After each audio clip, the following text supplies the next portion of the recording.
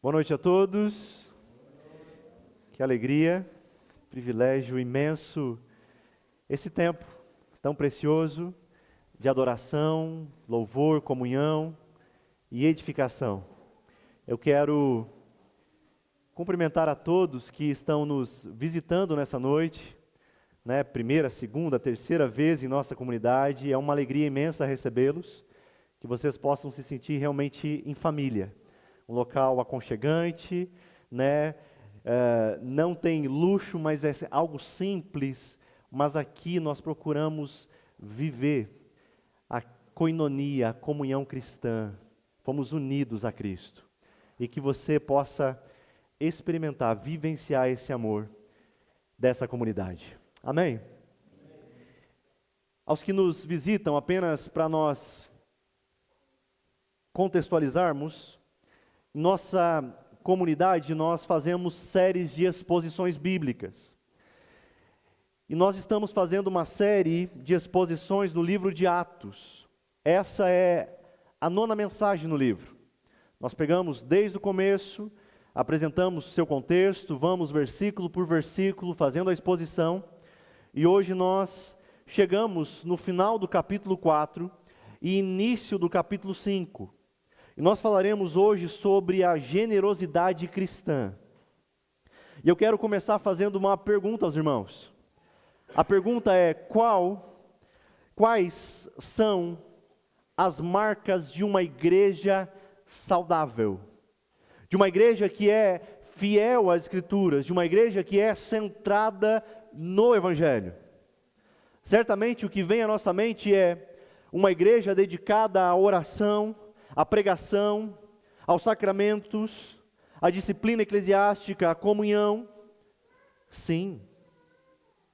Mas por vezes esquecemos de uma marca que é igualmente importante, mas esquecida, chamada generosidade. No texto de hoje, nós falaremos de uma igreja que é marcada pela generosidade. E essa é uma generosidade que nasce de um coração que foi tocado por Cristo. Mas esse texto também nos alerta sobre uma vida cristã apenas de aparência. Uma vida que finge generosidade, mas que na verdade esconde a idolatria no seu coração. Apenas recapitulando, em nossa última meditação no livro de Atos, nós falamos sobre a oração. Estamos vendo algumas marcas de uma igreja fiel. Mas é claro que, como estamos vendo nas exposições, a fidelidade a Deus tem um custo. Pois vemos diversas tentativas de paralisarem a igreja. No primeiro momento, nós temos a perseguição no capítulo 4, 3 e 4. Uma perseguição vinda de fora. Mas agora no capítulo 5 nós veremos uma coisa que é chamada de infiltração. Nós veremos o ataque de dentro para fora. No capítulo 6, nós veremos um outro grande perigo que a igreja sofre também, que é o perigo da distração, quando se muda as prioridades. Mas no texto de hoje nós meditaremos sobre essa marca que toda igreja fiel a Cristo deve ter: generosidade. Eu quero convidar você a abrir a sua Bíblia no livro de Atos, capítulo 4, a partir do versículo 32. Nós faremos a leitura até o capítulo 5, versículo 11. Apesar de ter essa separação, capítulo 4 para o 5, o texto original nós não temos isso. O assunto continua. Capítulo 4, versículos 32 em diante, até o capítulo 5, versículo 11. Os irmãos encontraram? Eu estou fazendo a leitura na Nova Versão Internacional, NVI. Assim diz a palavra do Senhor.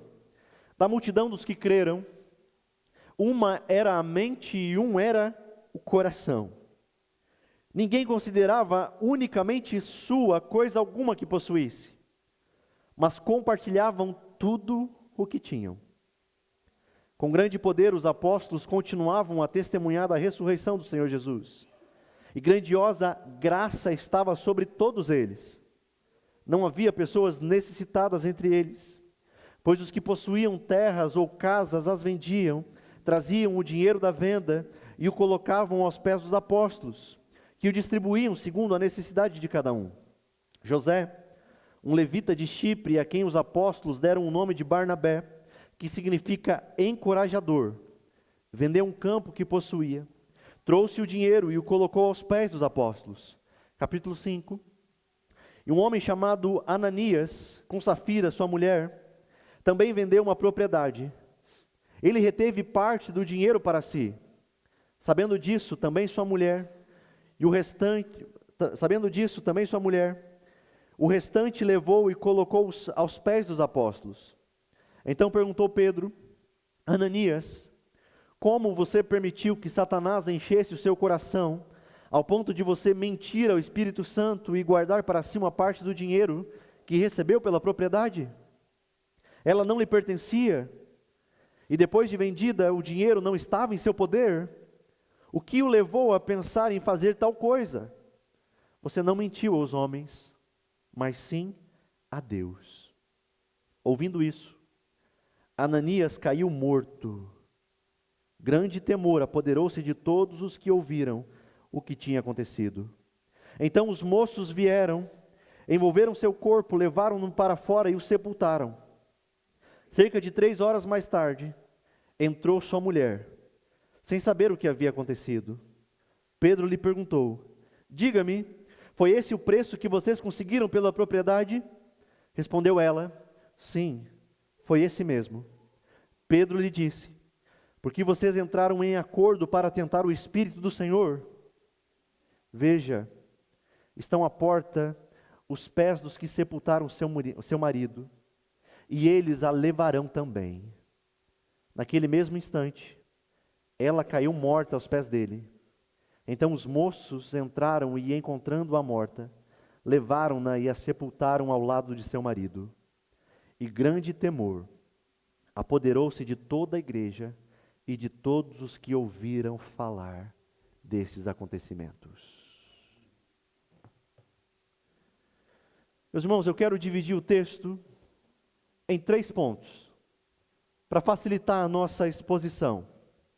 No primeiro momento, nós vemos, à luz deste texto, a unidade e a generosidade da igreja primitiva. Você verá isso dos versículos 32 a 37. Percebam como inicia esse texto. Versículo 32. Lucas, o autor de Atos, fala da multidão dos que creram. Ou seja, vocês que estão acompanhando, estão vendo, a igreja está crescendo.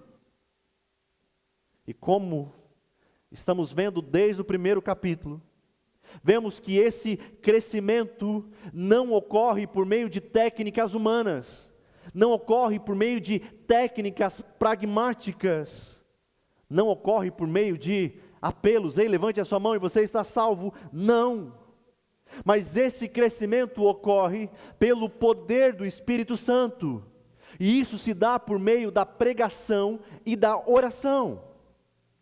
Como vimos, o Pentecostes, a descida do Espírito, vimos ali as conversões, a igreja crescendo. Então nós podemos dizer que essa multidão, essa igreja em crescimento, é uma igreja composta por pessoas completamente diferentes. Diferentes culturas, ideias, cosmovisão, mas eles são unidos a Cristo. Eles são unidos ao corpo de Cristo. E Lucas diz que essa comunidade dos crentes, dos que creram, ele diz, um era a mente e outro era o coração. O que é isso? Lucas está falando da unidade que eles tinham. Esse é um dos efeitos do Evangelho. da transformação operada pelo Espírito. É que Ele nos une ao povo de Deus e gera unidade. Mas esse não é o único efeito produzido pelo Evangelho. Na parte final do versículo, o escritor de Atos diz que ninguém considerava unicamente sua coisa alguma que possuísse, mas eles compartilhavam tudo o que tinham. O que é isso? Podemos resumir com uma palavrinha chamada amor. Lembram de Jesus? Jesus disse que as pessoas saberiam que somos seus discípulos se tivéssemos amor uns pelos outros. A verdade é que muitos dizem amar a Deus, mas não estão nem um pouco preocupados com seu próximo. Na igreja de Atos, os cristãos estão expressando o seu amor a Deus, não só de maneira vertical, mas de maneira horizontal, no cuidado uns com os outros. Eles estão amando os seus irmãos. Eles estão nos mostrando o amor cristão não é apenas de palavras, é algo prático. O Evangelho os alcançou, e sem obrigação nenhuma, eles não tinham obrigação, eles passaram a não considerar qualquer coisa que possuíssem, mas espontaneamente compartilhavam tudo o que tinham. A verdade é que por amor, por causa do Evangelho, o coração daqueles irmãos se desligou do amor às coisas, se desapegou da adoração das suas posses e dinheiro, e passaram agora a compartilhar uns com os outros. Pastor Hernandes Dias Lopes escreve que crentes cheios do Espírito Santo têm o coração aberto e o bolso também. Eles entenderam aquilo que o homem pós-moderno inverteu em sua lógica. Eles entenderam que as pessoas eram mais importantes que coisas. Eles amavam do jeito certo. Aquela igreja adorava a Deus, era fiel a Deus, e eles amavam as pessoas e usavam as coisas. Bem diferente da lógica pós-moderna, onde adoram as coisas e usam as pessoas. É por isso que o Evangelho é sempre contracultural. Ele vai contra a ordem, a lógica do mundo. É por isso que uma igreja precisa ser marcada pela generosidade e não pelo amor ao dinheiro. Mas dê um Google e veja quais são os maiores escândalos da igreja. Ou são na área sexual, ou são na área de finanças. Isso é eles estão envergonhando o nome de Cristo Jesus. É por isso que a igreja precisa ser marcada pela generosidade. Mas claro, nós precisamos desmistificar algumas coisas. A primeira delas, como eu disse, eles não eram obrigados a fazer isso. O que eles faziam não era uma espécie de um comunismo primitivo, não. Eles vendiam as suas propriedades de forma voluntária e esporádica, na medida em que surgiam necessidades. O cristão aqui, sem pressão alguma, ele escolhe dizer: o que é meu, também pode ser seu. João Calvino, o grande reformador de Genebra, comentando esse texto, ele diz: naqueles dias, os crentes davam abundantemente daquilo que era deles. Eles vendiam os seus próprios bens naqueles dias. Hoje, é o desejo de possuir que reina supremo. Naquele tempo, o amor fez com que a propriedade de cada homem se tornasse a propriedade comum para todos os necessitados. Eles se desapegaram das coisas e se apegaram uns aos outros. Será que é exatamente isso que também estamos fazendo? Será que é assim que estamos vivendo? Ou será que nós estamos tão preocupados com nós mesmos, com as nossas vidas, que o nosso coração está tão endurecido, que não consegue enxergar as necessidades do meu próximo? Será que a minha vida tem sido marcada pelo egoísmo? Ou pela generosidade? Peça a Deus para sondar o seu coração em relação a isso. Pois para muitos não há problema algum ser generoso com o iFood, com o entretenimento, etc. Isso é bom, né?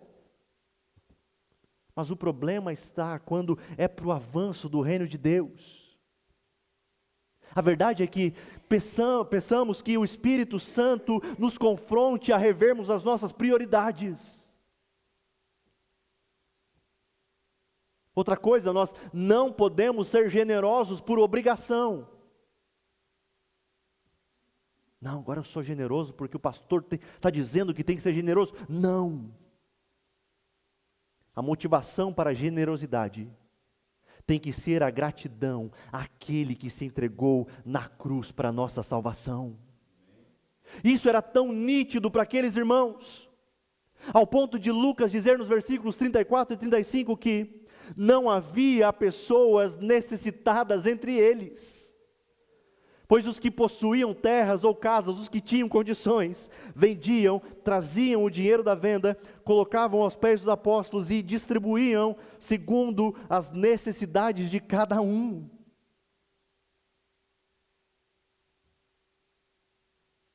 Generosidade. Mas é importante nós lembrarmos de algo.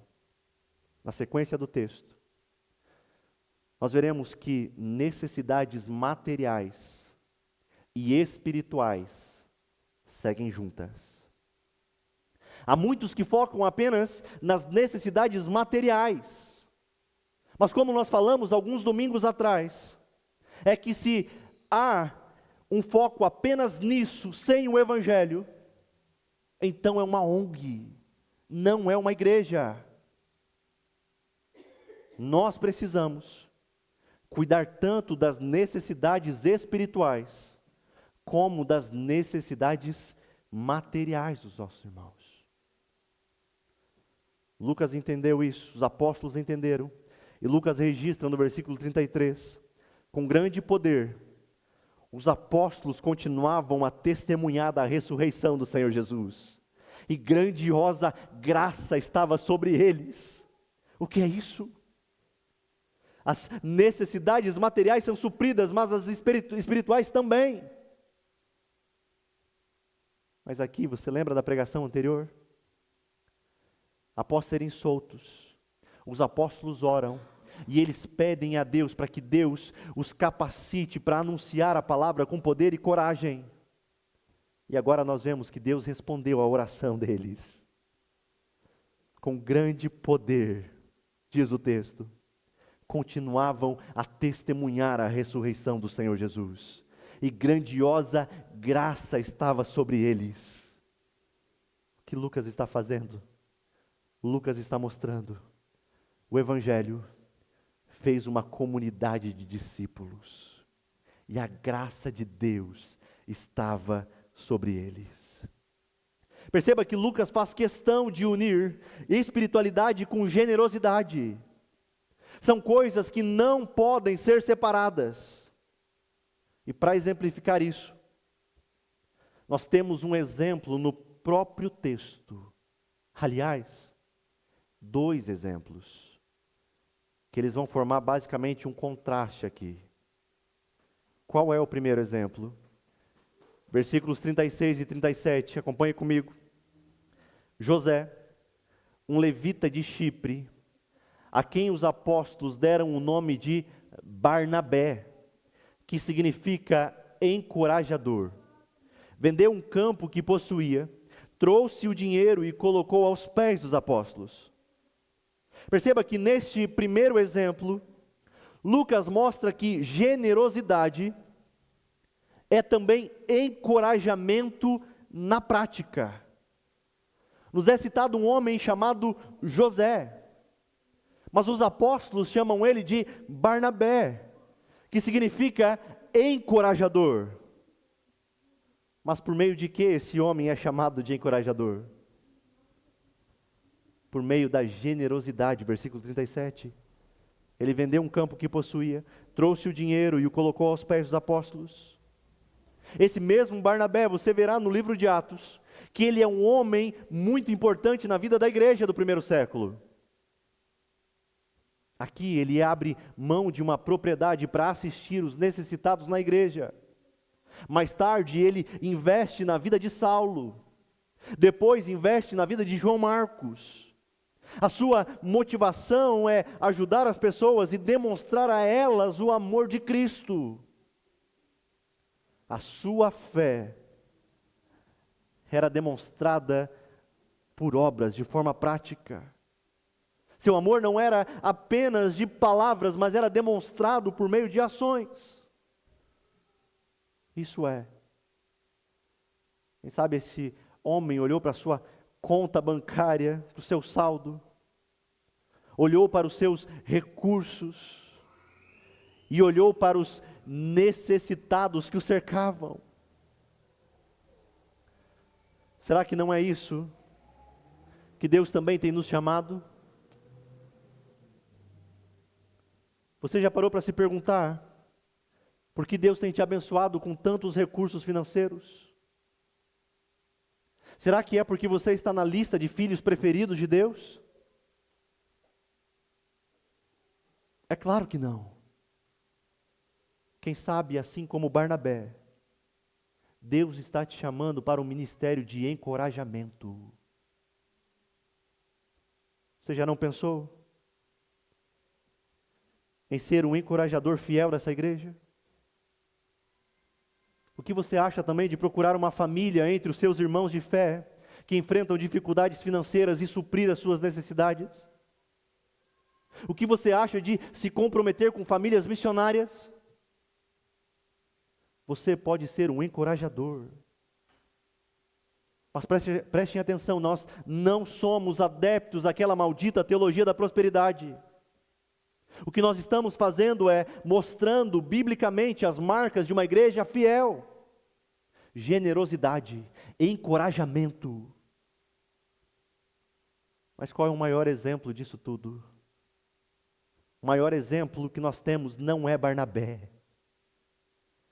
O maior exemplo que nós temos é o próprio Deus, que foi infinitamente generoso conosco ao nos dar o seu Filho Jesus. Será que nós entendemos isso? Será que entendemos também esse grande sacrifício? Será que entendemos essa generosidade de Deus conosco? E portanto, como gratidão, eu também quero ser generoso com a igreja dele, ser generoso com os meus irmãos. Será mesmo que essa é uma verdade que nós entendemos?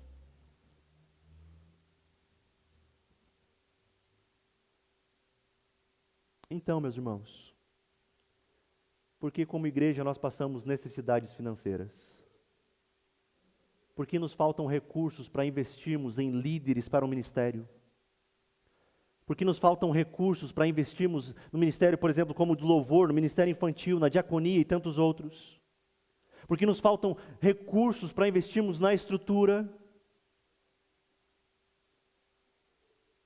Toda a igreja precisa saber o que é generosidade, não apenas alguns. Você foi chamado para ser um encorajador dessa obra.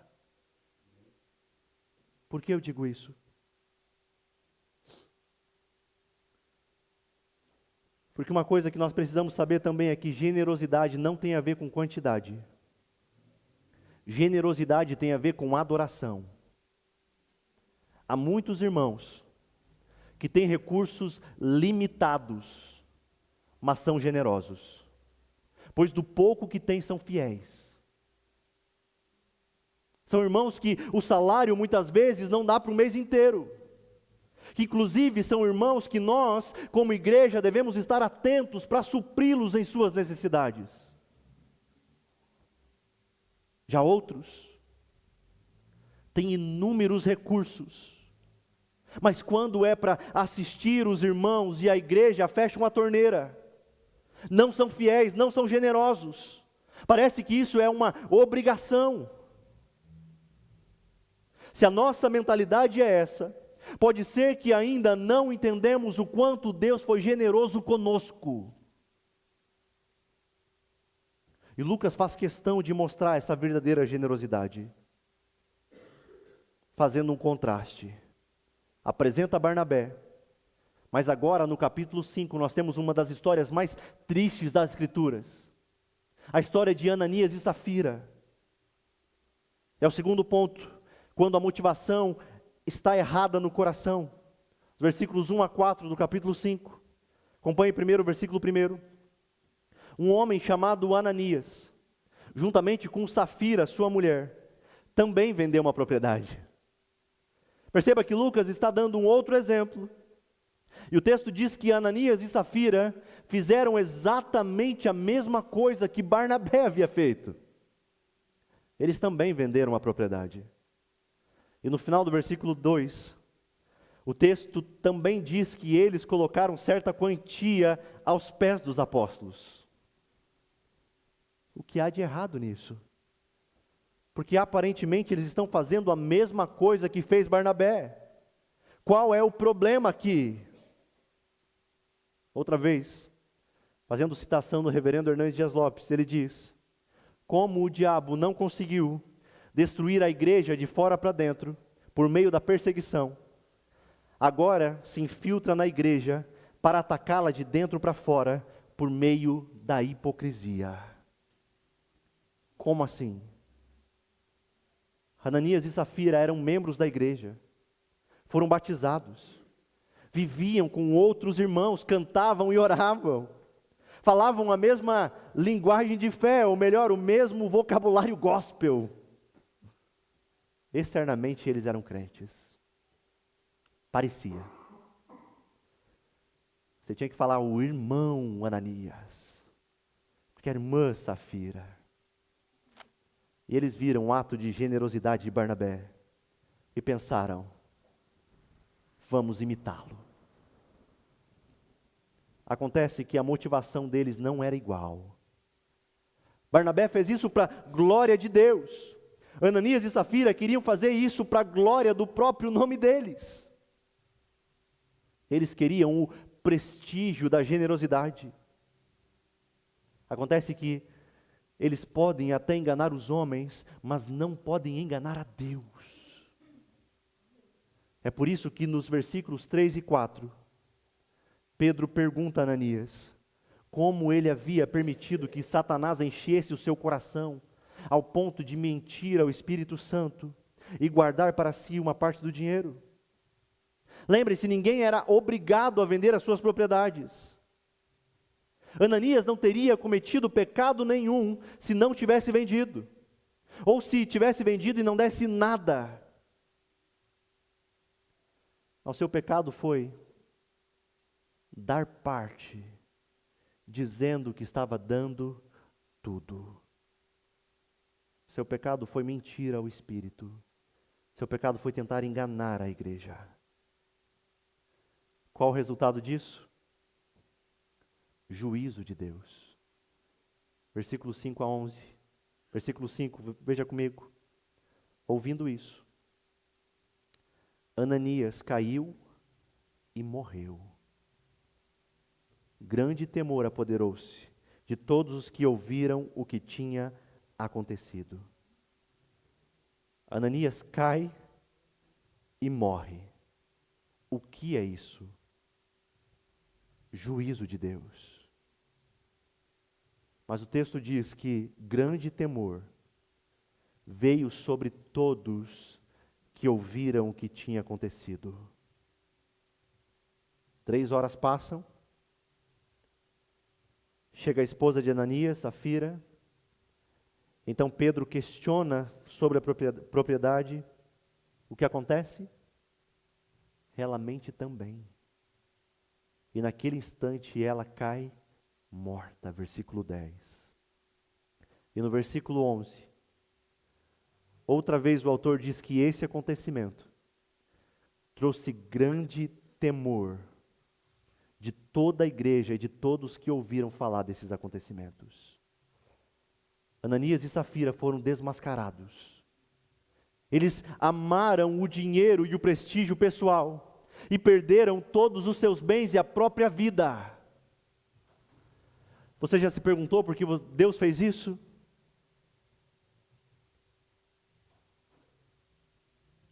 Alguns estudiosos entendem que há algumas respostas para isso.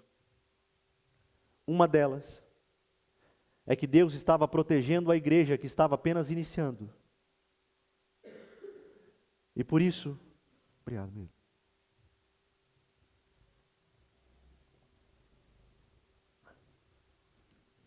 Uma delas é que Deus estava protegendo a igreja que estava apenas começando.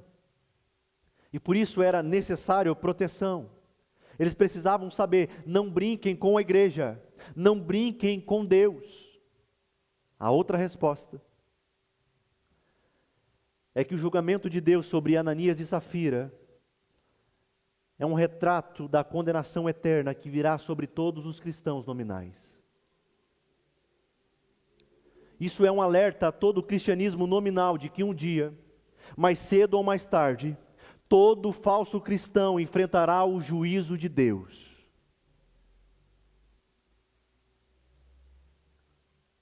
Como eu disse, Ananias e Safira estavam nos cultos, cantavam os louvores, ouviam a pregação, faziam coisas que cristãos fazem. Muitos vivem assim, mas nunca tiveram o coração transformado pelo Espírito. Se assim permanecerem, também enfrentarão o juízo de Deus.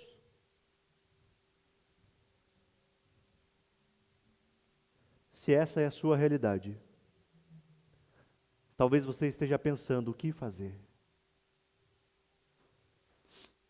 Não tem 10 passos aqui para o sucesso. Só há um caminho. Corra para Cristo enquanto há tempo. Não há outro caminho. Corra para Cristo somente.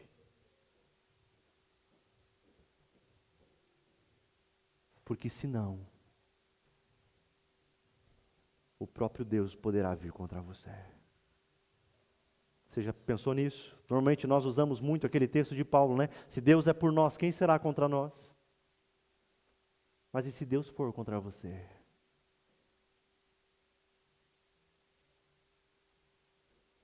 Eu quero finalizar com algumas aplicações acerca desse texto. A primeira aplicação é: toda generosidade começa com a cruz. Toda. Isso é algo que nós devemos lembrar dia após dia. Porque o maior exemplo de generosidade, como eu disse, é o próprio Deus, que nos deu seu Filho Jesus. Você consegue ter ideia do que é isso? Você consegue ter uma noção do tamanho da generosidade do nosso Deus? Que entregou o seu próprio Filho para que eu e você não sofrêssemos o juízo, a ira de Deus. Mas a ira que merecíamos recaiu sobre o Filho de Deus. É por isso que toda a generosidade começa na cruz. Porque quando você entende que Cristo deu tudo por você, fica difícil você reter o que tem. Segunda aplicação. Precisamos reordenar o nosso coração. Não é assim, por vezes o nosso coração fica fora de ordem. É claro que é influência do pecado, mas ele precisa ser reordenado, colocado no lugar. E é exatamente o que o Evangelho faz.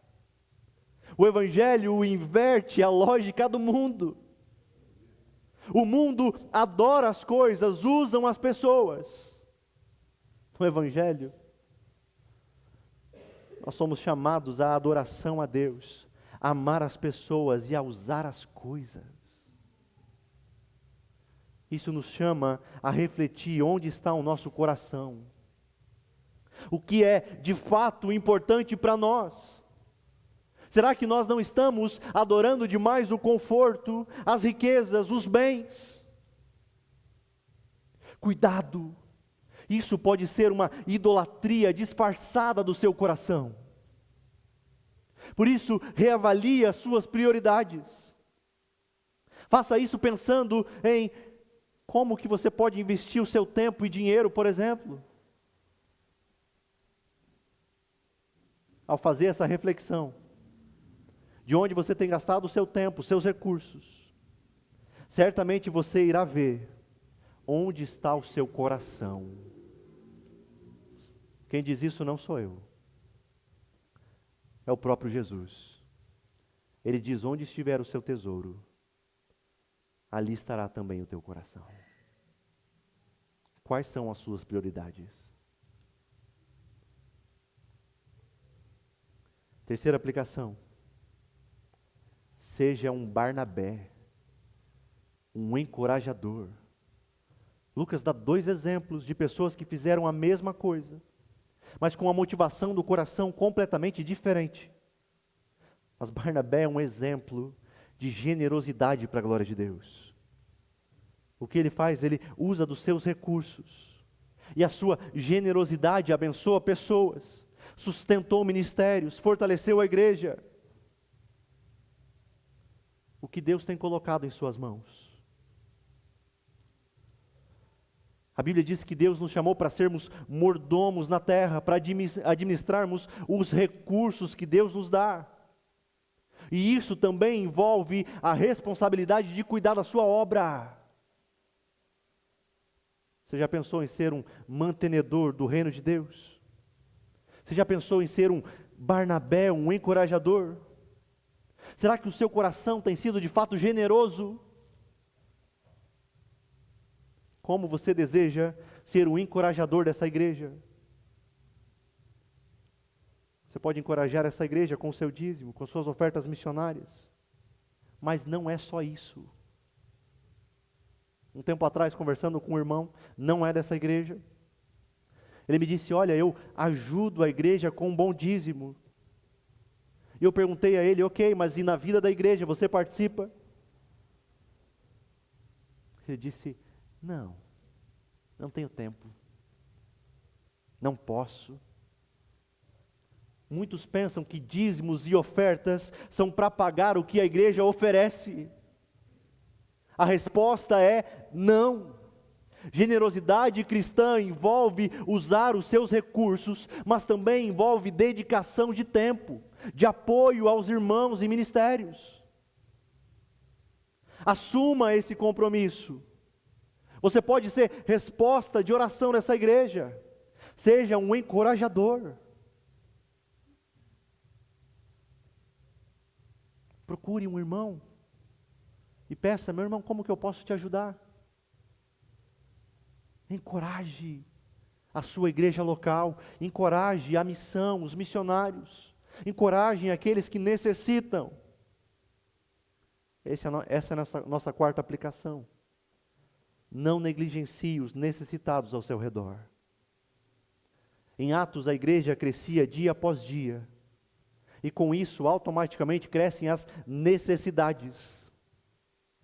Mas tem uma coisa estranha ali. Que coisa estranha é essa? Não havia necessitados entre eles. Será que não havia necessitados porque todos eram ricos? Não. Não havia necessitados porque a igreja zelava por eles. Todos compartilhavam o que tinham. Você conhece algum irmão que passa por necessidade? Já pensou em ajudá-lo de forma prática? Qual foi a última vez que nos preocupamos com as necessidades de um irmão? Que possamos reavaliar isso. Última aplicação. Temor ao Senhor gera santidade. O texto termina dizendo que grande temor apoderou-se de toda a igreja e de todos que ouviram falar desses acontecimentos.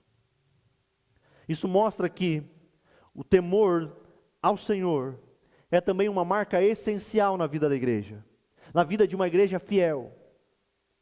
E temor aqui não é medo, temor é reverência, é reconhecer que Deus é santo, é reconhecer que Ele conhece o nosso coração, que Ele não se deixa escarnecer. Ananias e Safira não temeram a Deus. Eles acharam que poderiam enganar o Espírito Santo e pagaram caro por isso.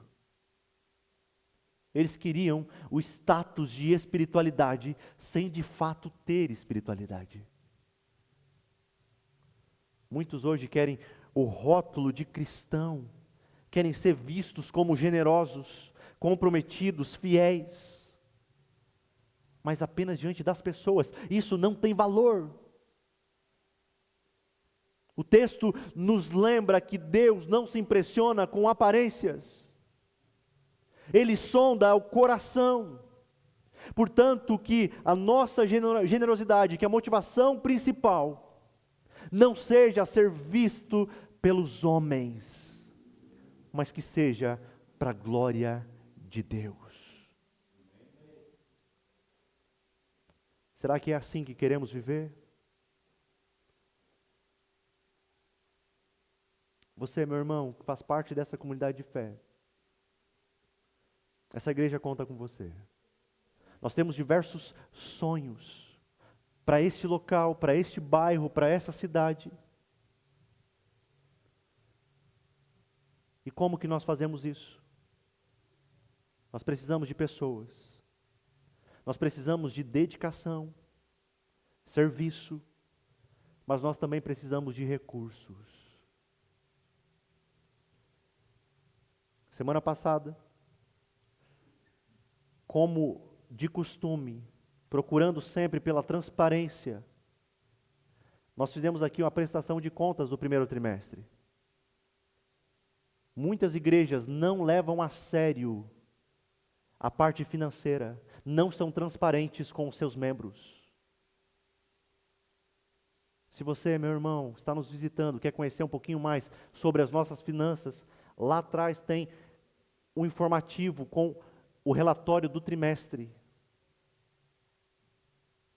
Mas a pergunta que eu faço é, por que essas igrejas, que muitas vezes caem em escândalos, que não são transparentes com os seus membros, que pastores vivem, são milionários, por que que essas igrejas não passam dificuldades financeiras?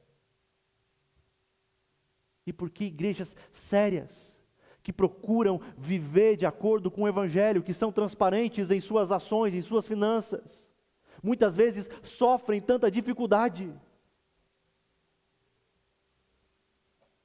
Será que a motivação do nosso coração tem sido, eu tenho que dar para Deus me abençoar? Se essa é a motivação, você está errado. Essa é a motivação do que essas igrejas de teologia de prosperidade pregam por aí. Agora, se a motivação do seu coração está porque você entendeu a graça de Deus, porque Deus foi generoso com você, então você não pode mais fechar a torneira. Você tem que abençoar o reino de Deus e ver o reino de Deus avançando. Mas não de forma passiva, de forma ativa, você faz parte disso. Nós não queremos somente os seus recursos, nós queremos andar juntos. Nós queremos formar pessoas, como eu disse, queremos investir em tantas coisas. É por isso que nós contamos com cada um dos irmãos. Estamos juntos nessa? Que quando as pessoas olharem para a nossa igreja, elas possam ver as marcas fiéis que nós estamos vendo no livro de Atos. Que a nossa igreja seja lembrada por uma igreja de oração, uma igreja fiel à palavra de Deus, uma igreja que vive a coinonia, a comunhão cristã, mas uma igreja que também é generosa. Uma igreja onde nós não vivamos pela escassez, mas pela generosidade, pela abundância. Uma igreja que se preocupa com os necessitados. uma igreja em que não tem necessitados, porque a igreja os assiste. É isso que nós queremos viver. Se não for assim, nós estaremos vivendo igreja de forma errada. Que o Espírito Santo nos convença disso. Que o Espírito Santo faça nós revermos as nossas prioridades. Revermos onde está o nosso coração. E nos faça fiéis a Ele e a sua obra. Vamos orar? Senhor Deus, nós te louvamos por este tempo. Te louvamos pela tua palavra. E a tua palavra que é comparada a uma espada. É claro que ela, muitas vezes, ela machuca, mas também sara. Nós somos confrontados pela tua palavra, pelo teu Espírito. Que o Senhor abra o nosso coração e os nossos olhos, não para ficarmos retendo, mas para sermos generosos com a tua casa, com os irmãos, para sermos generosos naquilo que de fato importa, para investirmos no reino que é eterno. Não deixe com que o amor ao dinheiro domine os nossos corações. É o que nós te pedimos em nome de Jesus. Amém.